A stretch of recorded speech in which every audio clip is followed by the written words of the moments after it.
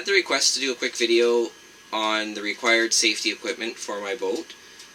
And here in Canada we have the Transport Canada Safe Boating Guide. This book is free, and it has all the required information that you'll need to make sure your boat is meeting the minimum standard. I fall in the category that is 26 foot 3 inches to 39 foot 4 inches. That's 8 meters to 12 meters. So here we are at the page that tells me what I need for my boat. And it's broken into 4 categories. The first is personal protection equipment. And there are 4 items listed there. And I'm just going to flip the page. It's only 2 pages of information for me. The next section is boat safety equipment. And there are 4 items there that I'll go over. Distress equipment with 2 items, and navigation equipment with 2 items. So instead of explaining all these items right now, I'm just going to show you them on the boat and where I keep those. The first item under personal protection equipment is 1 Canadian approved personal flotation device or life jacket of an appropriate size for each person that's on board the boat.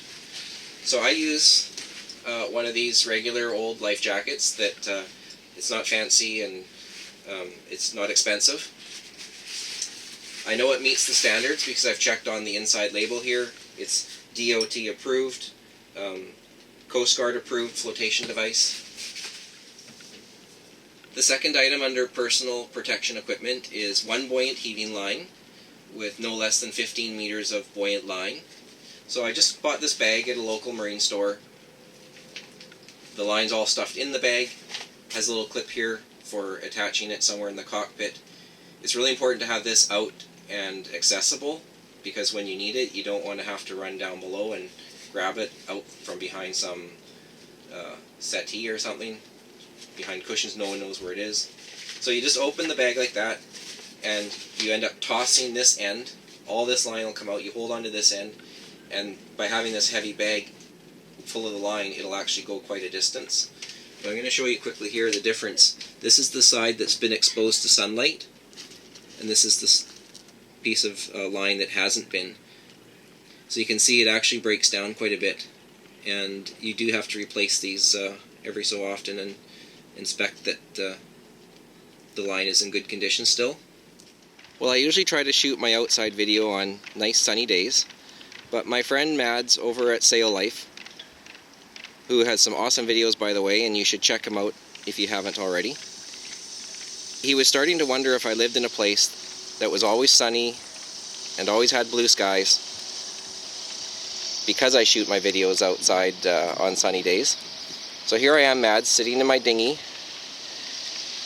in the rain, and it's really cold out, and I hope you can appreciate the efforts I'm making to show you this, that we don't always have sunshine and blue skies here.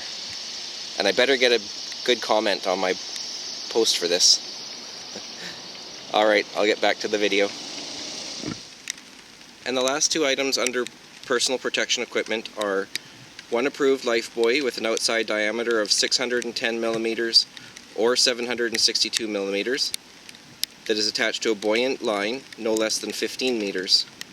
So you can see that there on the right. And also, if your freeboard is greater than 0.5 meters, which is 1 foot 8 inches, then you must have a reboarding device. On my boat, I'm lucky I have a fixed ladder on the stern, and you can also buy a portable ladder that can be stored in your lazarette, and it'll hang off the side of your boat. The first item under boat safety equipment is that you must have an anchor with no less than 30 meters of cable, rope, or chain, or in any combination of that.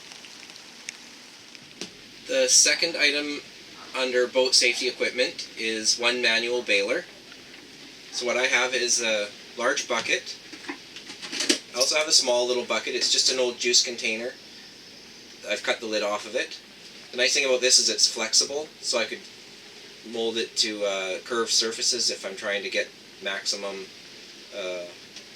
use out of the bucket.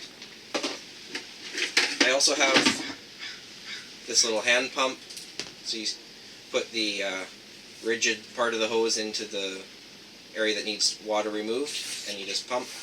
Water comes out to this end. This is good for the dinghy. And the third item under boat safety equipment is a manual baler that's fixed with enough hose to reach to the bilge to pump that water out of the bilge overboard, over the side of the boat. I could read it exactly what it says. One manual water pump fitted or accompanied by sufficient hose to enable a person using the pump to discharge water from the bilge of the vessel over the side of the vessel. So here is my whale pump unit. It's in a spot in the cockpit that's easy to access. And I'm just going to open up the lazarette here. That's the outside of it. Just take you down here and show you the actual unit. There you go, you can see this yellow hose here goes all the way down to my bilge, and then there's a discharge hose that sends the water overboard. And here's the rest of the hose that goes to the whale pump, down into the bilge. I also have an electric pump that's hardwired to the batteries, so even when the batteries are turned off, this little electric pump will always operate. And there's the other end of the electric pump unit. That's where it actually takes the water from. And this is just the floating device that activates it. So to operate the whale pump, you just open the cover. I have a portable handle that I keep in one of the lockers out here. I put the handle in, and I just start pumping. The fourth item on boat safety equipment is to have one Class 10 BC fire extinguisher if the vessel is power driven, plus a second fire extinguisher if the vessel is equipped with a fuel burning, cooking, heating, or refrigeration appliance. The first item listed under distress equipment is a watertight flashlight, which I keep up near my nav table. I don't want to have this stored in a cupboard or out of the way where I can't remember where I put it, so I always have it up and accessible because I don't want to have to be looking for this in the dark. And the second item under distress equipment is 12 flares. For this size vessel I need 12. It can be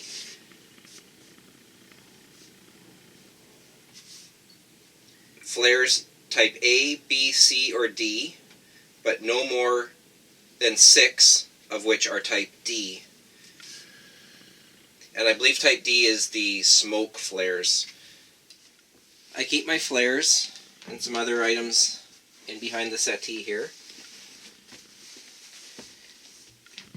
And you can see that even though they're stored in one of my cubbies here, I also keep them in a sealed, watertight container.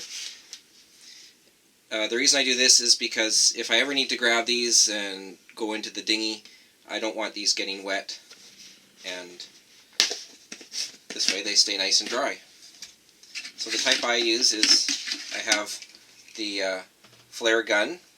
It's an Orion, and it just has these shots you put into it, and very easy to use, not complicated at all. Now these flares are good 4 years after the date of manufacture. The date will be listed right on the flare itself, so this is January 2012. Under navigation equipment, the first item is a sound signaling device. So what I carry on my boat are simply an air horn. I have two of them. There's another one back there. And if I need to make a blast of noise, this works very well. And the last item under navigation equipment is that you have navigation lights that meet the applicable standards set out in the collision regulations.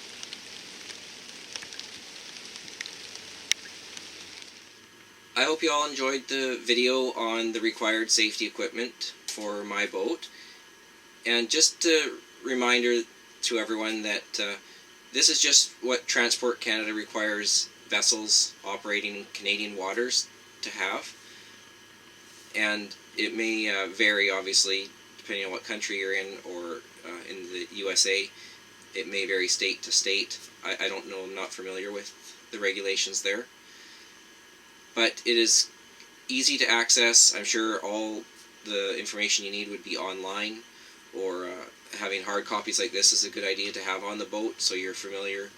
And before I made this video, actually, I just went over a few things and checked my flares, things like that, to make sure they actually are current. I knew they were, but you know, it's always good to go through your safety equipment every once in a while. Knowing where that equipment is important, because in an emergency, you don't want to be trying to remember where the flares are. And if anyone out there has any ideas for videos, always feel free to send me a message, and I'll always do my best to make that video. And I'm certainly no expert. I'm just sort of passing on my experience and knowledge that I've gained over almost 20 years of sailing. And I look forward to hearing back from people. Feel free to comment or post, and we'll see you on the next video.